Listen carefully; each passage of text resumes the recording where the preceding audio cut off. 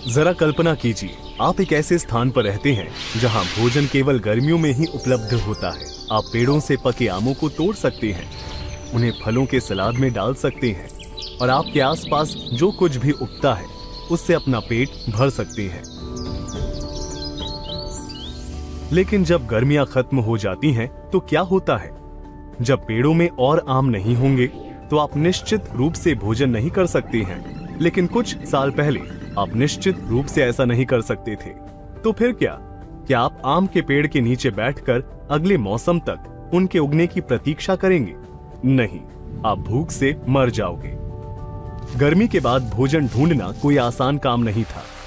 आइए जानें कि हमारे वर्तमान के अस्तित्व को सुनिश्चित करने के लिए हमारे पूर्वज कठोर प्रागैतिहासिक जंगल में कैसे जीवित रहे। 20 लाख साल पहले पृथ्वी पर जीवन उस तरह नहीं था जैसा कि आज है। उस समय कोई सभ्यता, संस्कृति या समाज नहीं था। उस समय के इंसान खानाबदोश थे और कोई विज्ञान या तकनीक नहीं थी।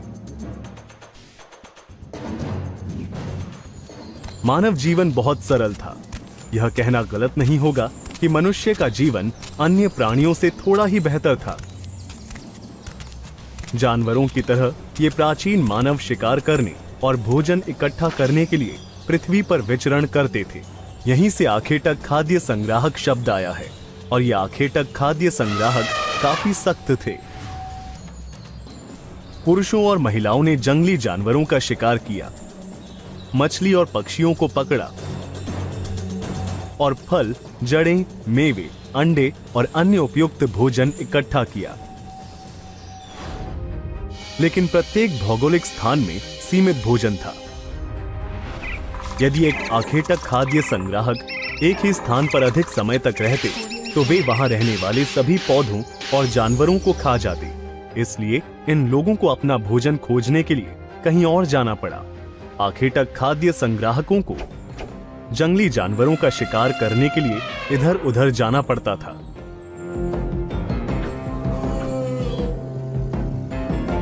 ये जंगली जानवर मांसाहारी थे, जो खुद छोटे शिकार का शिकार करते थे, या शाकाहारी जैसे हिरण और मवेशी जो घास और पत्तियों की तलाश में इधर उधर घूमते थे। उन्होंने भालू की तरह सर्वहारी का भी शिकार किया, जो मांस और पौधों दोनों को खाते थे।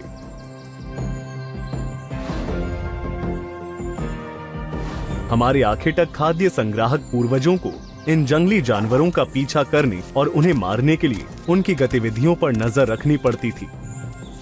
इसके अलावा विभिन्न प्रकार के पेड़ अलग अलग मौसम में फल देते हैं, इसलिए लोग पके हुए फलों की तलाश में एक स्थान से दूसरे स्थान पर चले गए। भोजन के अलावा उनकी लगातार यात्रा का एक अन्य संभावित कारण पानी की उपलब्धता थी। यदि हम 3 दिन से अधिक समय तक पानी नहीं पीते हैं तो हम मर सकते हैं। जहां कई झीलें और नदियां साल भर पानी से भरी रहती हैं, वहीं कुछ नदियां और झीलें कुछ मौसमों में सूख जाती हैं।